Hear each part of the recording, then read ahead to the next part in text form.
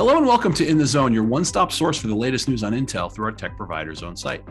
Joining me today, as always, is Peter Krass, editor of Tech Provider Zone. We're going to spend a few minutes today chatting about some of the hottest stories on Tech Provider Zone. And Peter, I want to start today's show by talking about something that's been in the news a lot lately, supply chain chaos. And on the surface, this first story really doesn't seem to relate to supply chain issues, but when you think about the fact that everyone took advantage of the pandemic to order new technology, there's been a backlog that's been created that's really led to a ton of e-waste. What are PC makers doing about all that e-waste? Yeah, thanks. No, it's not just a ton. It's more like about 54 million tons.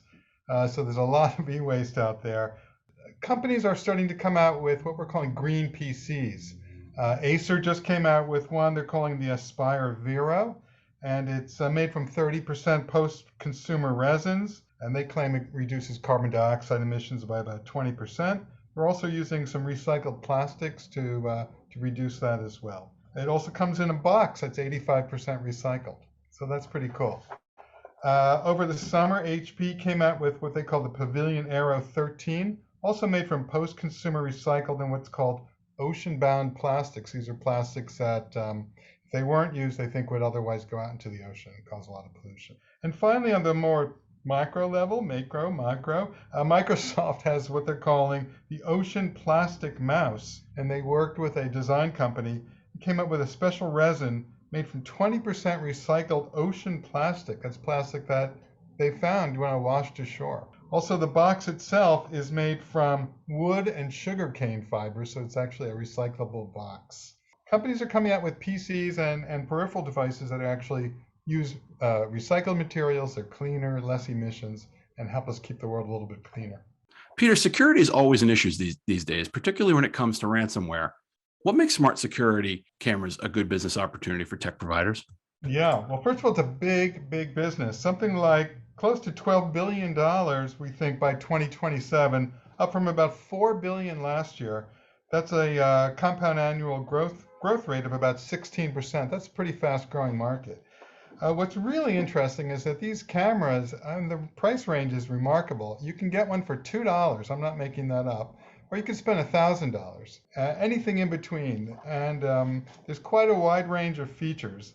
And one of the most interesting ones we've seen is over at Amazon. For $250, you get a camera that's kind of half drone and half camera. It actually flies around your house and goes from room to room, and we'll show you what's going on out there. These cameras, what's new about them is they're connected. So you're connected over the internet, and you can monitor many rooms from one location. And then finally, for our final story today, we've talked about this before, but it's never a good idea for customers to use older PCs as servers. But today we have another reason why, the Intel Xeon E2300 processor. Peter, why are these processors the right choice for entry-level servers?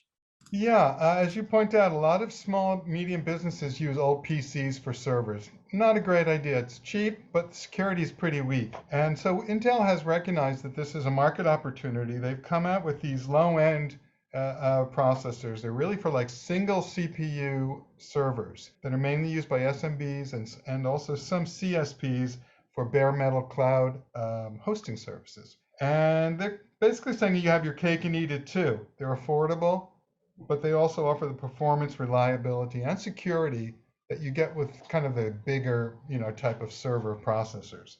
Another feature that's included in these low-end processors is Intel Active Management Technology, Intel AMT. So is their server platform services and the EEC memory support. Again, these are kind of features you tend to get on a very high-end processor. They're now available for these kind of entry-level server processors.